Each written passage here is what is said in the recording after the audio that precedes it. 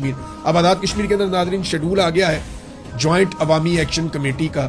یہ شیڈول میں آپ کے سامنے رکھ دیتا ہوں اور یہ میپ بھی ہے میرے پاس. یہ نقشہ ہے پورے آزاد کشمیر کا, یہ گرین کلر کا. اس کے اس طرف جو ہے وہ مقبوضہ کشمیر ہے اور اس طرف جو ہے وہ پاکستان آپ کو دکھائی دے رہا ہے, جہاں پہ اسلام آباد لکھا ہوا ہے اور جہاں شری نگر لکھا ہوا ہے وہاں مقبوضہ کشمیر ہے. تو یہ تھوڑا سا حصہ آزاد کشمیر کا ہمارے پاس موجود ہے اور ایک باریک پٹی ہے یہ صرف. تو اتنا ہی ہم لے پائے اتنے سالوں میں. تو اب یہاں پہ آپ نقشہ دیکھیں تو نیچے سے اوپر کی طرف آپ جائیں تو نیچے بھمبر ہے, اس کے بعد میرپور ہے, پھر اوپر کوٹلی آ جاتا ہے. کوٹلی کے بعد آپ مزید اوپر جائیں تو راولہ کوٹ, باغ اور پھر مظفر آباد. تو اسی نقشے کے حساب سے میپ بنایا گیا ہے عوامی احتجاج کا, لانگ مارچ کا, جو 9 جون کو ہونے جا رہا ہے. اس کا شیڈول جاری کیا گیا. 9 جون کو بھمبر اور میرپور سے لانگ مارچ کا آغاز ہوگا. قافلے کوٹلی پہنچیں گے اور کافی لیٹ پہنچیں گے اور وہاں پہ پھر ان کا پڑاؤ ہوگا. 10 جون کو پورا کوٹلی کا جو ضلع ہے میرپور ڈویژن راولہ کوٹ کی طرف آئیں گے. یہ سارے نیچے سے جو بڑھتے ہوئے آ رہے ہیں یہ اکٹھے ہوں گے, یہاں سے مزید لوگ شامل ہوں گے اور یہ راولہ کوٹ کی طرف آئیں گے.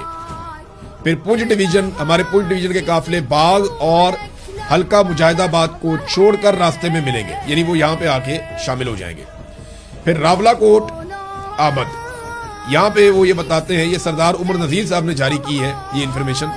وہ کہتے ہیں پورا پنچ ڈویژن کے تمام قافلے راولہ کوٹ پہنچیں گے اور راولہ کوٹ میں یہ سارا کا سارا مجمع اکٹھا ہو جائے گا. جوائنٹ عوامی ایکشن کمیٹی جو ہے اس کے لوگ آ کر اکٹھے ہو جائیں گے راولہ کوٹ میں, اور راولہ کوٹ سے میرپور ڈویژن, پنچ ڈویژن, یہ سارے اکٹھے ہو کر آگے کا رخ کریں گے اور ایک ساتھ مظفر آباد کی طرف بڑھیں گے.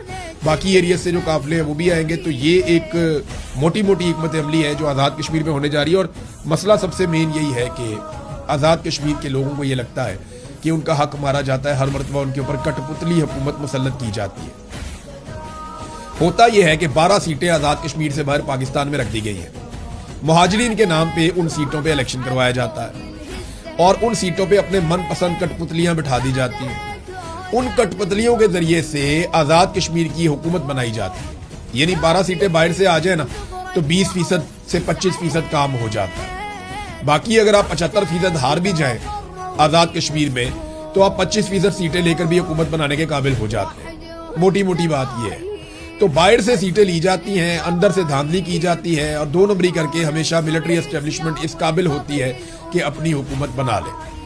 اب آزاد کشمیر کے لوگ اس بات سے ناراض ہیں.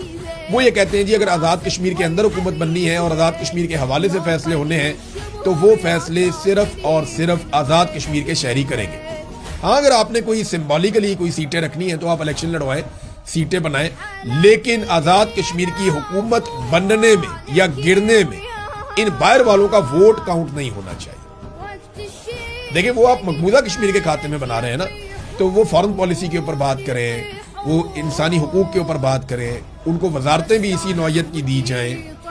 لیکن باہر سے ایک بندہ لا کر بٹھایا جاتا ہے اور وہ آزاد کشمیر میں پانی کے معاملات, بجلی کے معاملات پہ بیٹھ جاتا ہے, وہ آ کر معدنیات کے معاملات پہ بیٹھ جاتا ہے, وسائل کے معاملات پہ بیٹھ جاتا ہے, داخلہ اور خارجہ کے معاملات کے اوپر بیٹھ جاتا ہے. وہ باہر سے آیا, اس کا کیا تعلق ہے آزاد کشمیر کے ساتھ؟ تو یہ زور زبردستی کی جاتی ہے جس کے خلاف آزاد کشمیر کے لوگ آواز اٹھا رہے ہیں.